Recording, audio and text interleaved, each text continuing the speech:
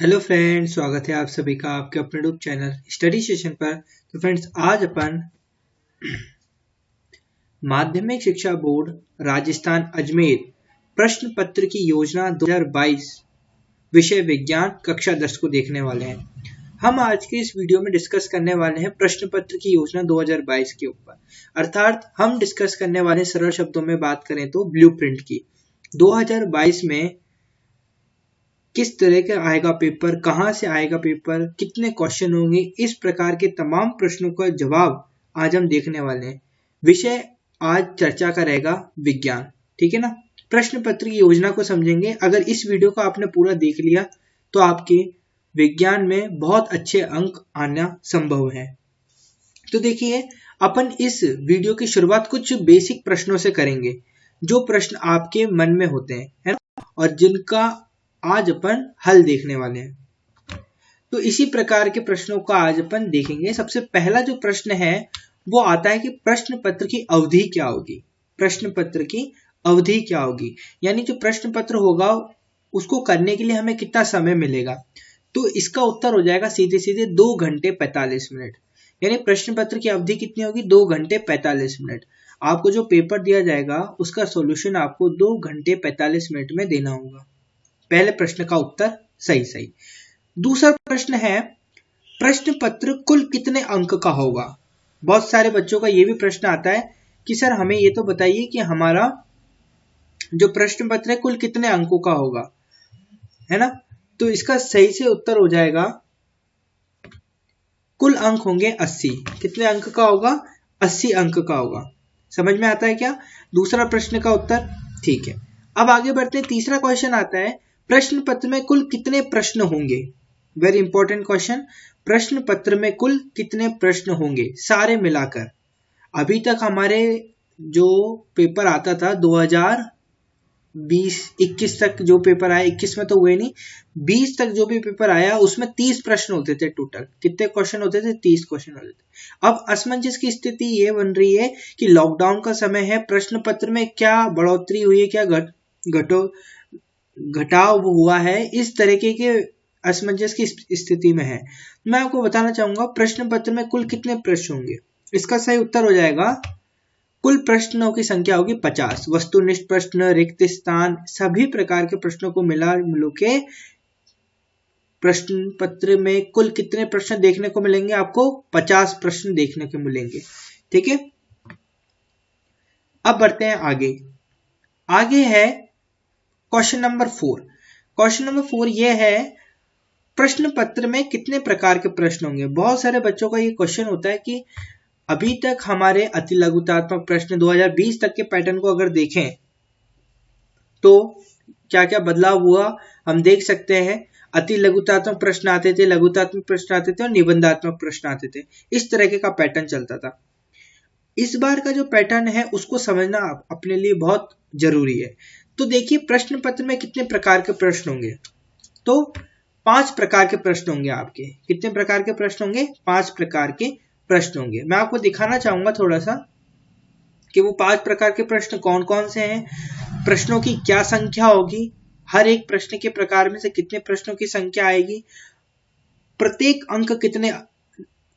जो प्रश्न है वो कितने अंक का होगा, कुल अंक की प्रतिशत देखेंगे, प्रतिशत प्रश्नों का देखेंगे कि कितने परसेंट क्वेश्चन आ रहे हैं, पूरे एग्जाम में से कौन से ज्यादा प्रश्न आ रहे हैं, ये सारी डिटेल अपन लेंगे।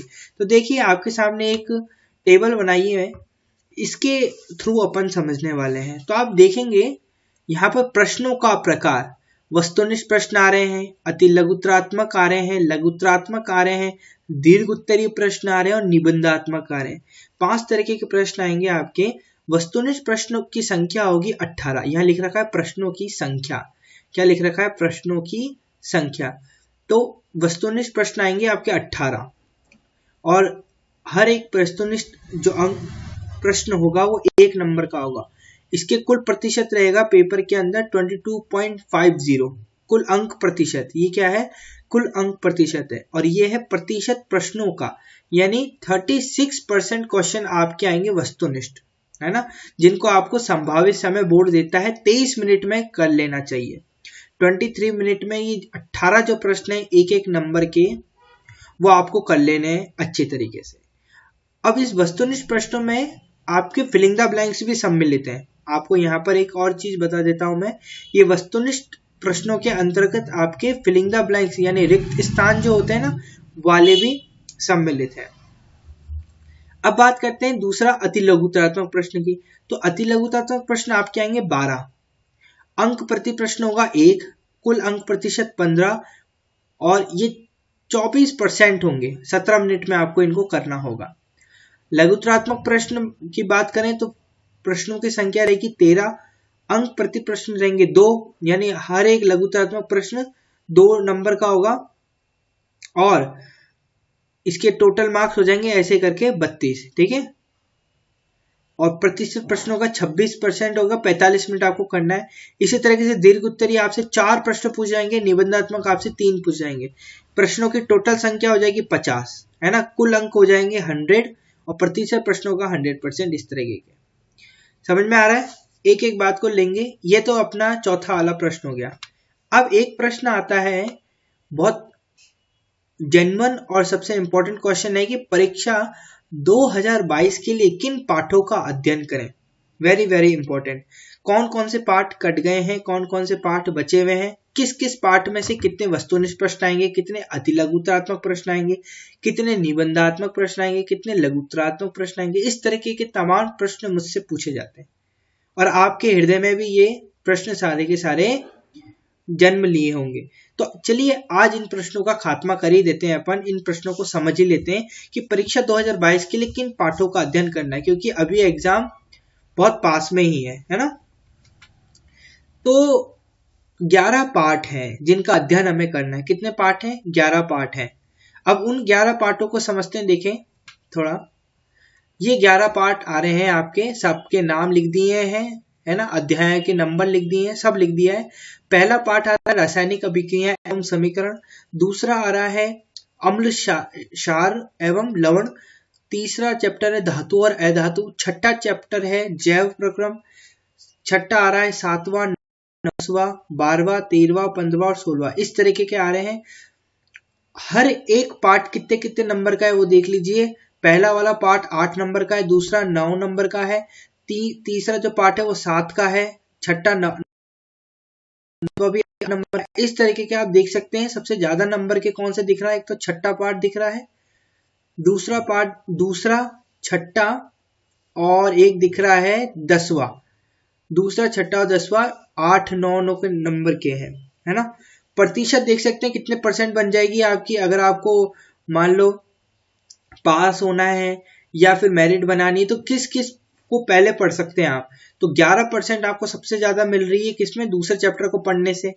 देख लीजिए, है ना। ये सारे के सारे सर इन चैप्टर को आप एक बार रिवीजन करा दें तो वो भी करा देंगे, लेकिन बस आपको कमेंट करना है ताकि मुझे पता चल पाए, है ना। अपन उस चैप्टर को अच्छी तरीके से कर लेंगे, उस चैप्टर को अच्छी तरीके से कर लेंगे। जो चैप्टर आप बोलेंगे ना कमेंट करके कि सर पहले इसका करा दो रिवीजन, तो अपन उसका भी कर लेंगे। ठीक है। तो अब ये तो जान लिया कि परीक्षा 2022 के लिए किन पाठों का अध्ययन करें, है ना। ये तो आपने जान लिया।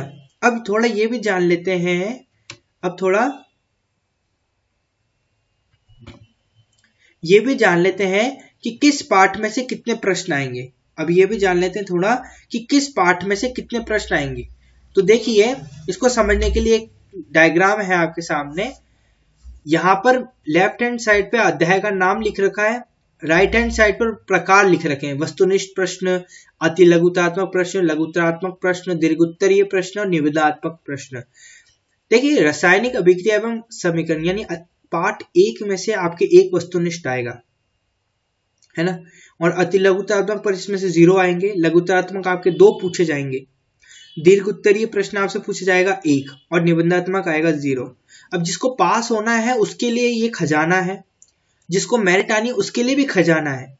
तो आपको इस खजाने को समझना है और धीरे धीरे मैं समझा रहा हूं। इस खजाने को आपको एक एक करके समझना है ना। कोई भी जल्दबाजी नहीं करनी है जरा सी भी। अगर जल्दबाजी करी एक एक नंबर कट जाएगा, है ना।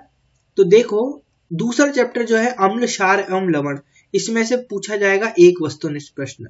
अति लघुतरात्मक आएंगे इसमें से 4, लघुत्तरात्मक पूछे नहीं जाएंगे, दीर्घ में भी पूछे जाएंगे, निबंधात्मक पूछे जाएगा एक।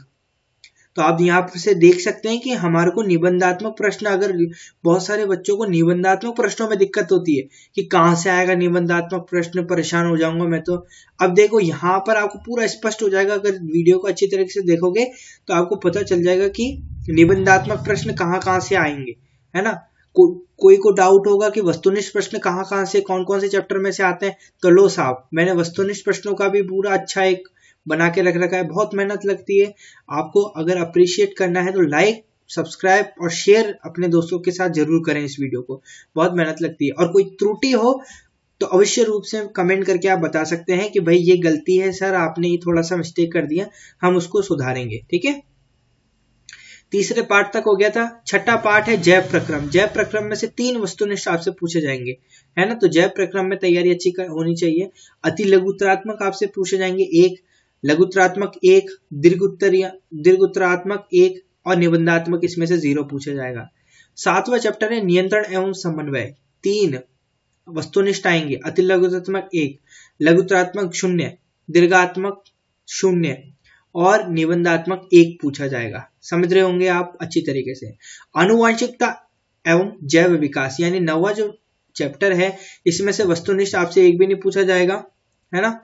अति लघुत्तरात्मक आपसे पूछे जाएंगे, नहीं सॉरी, अति लघुत्तरात्मक भी नहीं पूछे जाएंगे। लघुत्तरात्मक आपके 2 प्रश्न पूछे जाएंगे, दीर्घोत्तरात्मक 1 आएगा, निबंधात्मक 0 पूछे जाएंगे। इससे आप पता लगा सकते हैं, अपनी तैयारी को एक तरीके की रेस दे सकते हैं। रेस जानते हो ना, एक्सीलरेट कर सकते हैं, स्पीड में ला सकते हैं कि किस तरीके से आप काम कर पाएंगे। प्रकाश, परावर्तन एवं अपवर्तन, इसमें से 3 वस्तुनिष्ठ पूछे जाएंगे। अति लघुत्तरात्मक 0 है, लघुत्तरात्मक 1 पूछा जाएगा, दीर्घोत्तरात्मक 0 और निबंधात्मक 1। तो अब देख रहे हैं निबंधात्मक प्रश्न अगर हम चर्चा करें तो एक तो दूसरे चैप्टर में से पूछा जा रहा है, एक पूछा जा रहा है अपने 7वें चैप्टर में से, एक पूछा जा रहा है आपके 10वें चैप्टर में से। लगा लीजिए निशान, अभी भी मैं बता रहा हूं कि निबंधात्मक प्रश्न जो है वो कहां से पूछे जाएंगे, जो सबसे बड़े वाले प्रश्न होते हैं वो कहां से पूछे जाएंगे, इसके अलावा कहीं से पूछे नहीं जाएंगे। ये 2022 का जो ब्लूप्रिंट है उसके आधार पर मैं बातें कर रहा हूं सारी की सारी, ठीक है। तो एक तो दूसरा चैप्टर, एक 7वां चैप्टर और एक 10वां चैप्टर, इसमें से ही पूछे जाएंगे। और वो बात अलग है कि भाई या में जो अथवा में जो होते हैं ना, जो अथवा के प्रश्न होते हैं वो उसकी दिक्कत ही नहीं है ना। मैं डायरेक्ट आपको बता रहा हूं कि भाई निबंधात्मक प्रश्न यहां से आएंगे तो इन चैप्टर में से निबंधात्मक प्रश्न तैयार कर लीजिए, दिक्कत कहाँ है। इन चैप्टर में से दूसरा चैप्टर हो गया अम्ल, क्षार एवं लवण, है ना। 7वां चैप्टर हो गया नियंत्रण एवं समन्वय, है ना। 10वां चैप्टर हो गया प्रकाश, परावर्तन एवं अपवर्तन। इनको रट डालो। अरे किसी को समझ में नहीं आता है तो कमेंट करके बोल दो कि सर आप इसके वीडियो लेक्चर डाल दो, मैं इसके निबंधात्मक सारे प्रश्न आपको तैयार करवा दूंगा। लेकिन इसके जरूर कर लेना, अगर जिसको पास होना है, जिसको अपनी मेरिट बनानी है, एक भी नंबर नहीं कटवाना, है ना। तो ये सारा का सारा फंडामेंटल है, इसका स्क्रीनशॉट ले लो आप अच्छी तरीके से, है ना। बाकी अगर वीडियो में कोई भी गलती लगी हो, कुछ समझ में नहीं आया हो, तो कमेंट बॉक्स में कमेंट करके हमारे को अपनी संदेह साझा करें। और अगर वीडियो अच्छी लगी तो वीडियो को लाइक करें, चैनल को सब्सक्राइब करें। धन्यवाद, गॉड ब्लेस यू।